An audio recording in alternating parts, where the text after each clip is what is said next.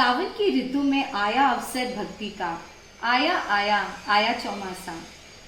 तब ध्यान और धर्म का आया उत्सव मीठा सा, आया आया आया चौमासा। जय जिनेन्द्र। मैं सिद्धि बुरट आप सबको ऑल अबाउट जैनिज्म में स्वागत करती हूँ। आज मैं आप सबको चातुर्मास की महिमा बताऊंगी। चातुर्मास अधिक से अधिक 165 से लेकर कम से कम 100 दिन का होता है।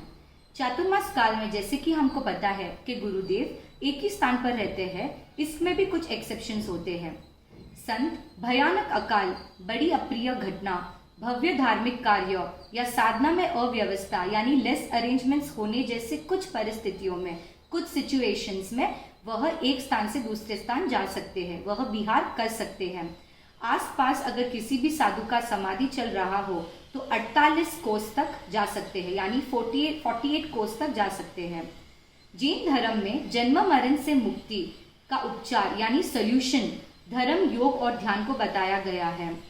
इन्हें करने के लिए ही चातुर्मास साधन काल की संरचना की गई है। चातुर्मास साल के आषाढ़, सावन, भाद्रपद और क्वार यानी कार्तिक, इन 4 महीनों में होता है। इसमें वर्षा योग भी कहते हैं। अधिक वर्षा होने के कारण असंख्य जीव की उत्पत्ति होती है, इसीलिए हमारे गुरुदेव एक ही स्थान पर रहकर धर्म की चर्चा, स्वाध्याय, सामायिक प्रतिक्रमण करते हैं। अब मैं इन 4 महीनों का अर्थ समझाऊंगी। प्रथम आषाढ़ महीना कहता है कि आलस्य छोड़ो वरना यह साधना को समाप्त कर देगा। सावन कहता है कि संतों को श्रवण करो। भाद्रमास कहता है कि भद्र यानी प्लेजेंट, फ्रेंडली और सरल बनो।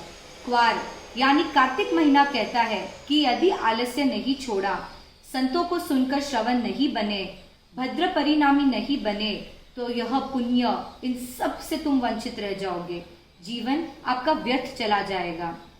श्रावक और संत को जोड़ने का वाहक है चातुर्मास।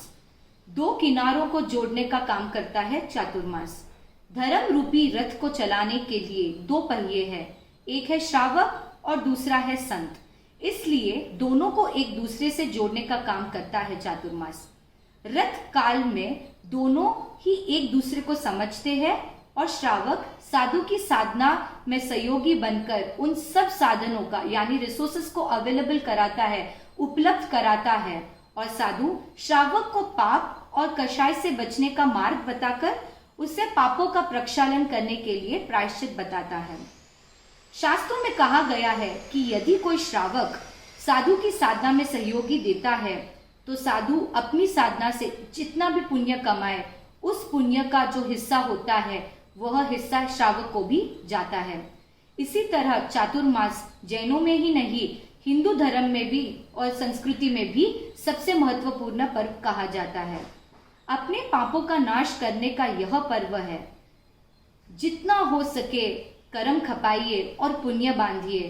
धर्म की ना कोई सीमा है और ना ही कोई समय, यह हर वक्त इजीली अवेलेबल होता है। चातुर्मास में पड़ता है पर्व पर्युषण, जिसके बारे में मैं आपको अगले वीडियो में बताऊंगी। तब तक के लिए जय जिनेन्द्र। अगर आपको मेरा ये वीडियो अच्छा लगा तो मैं इंस्टाग्राम और फेसबुक में भी हूँ।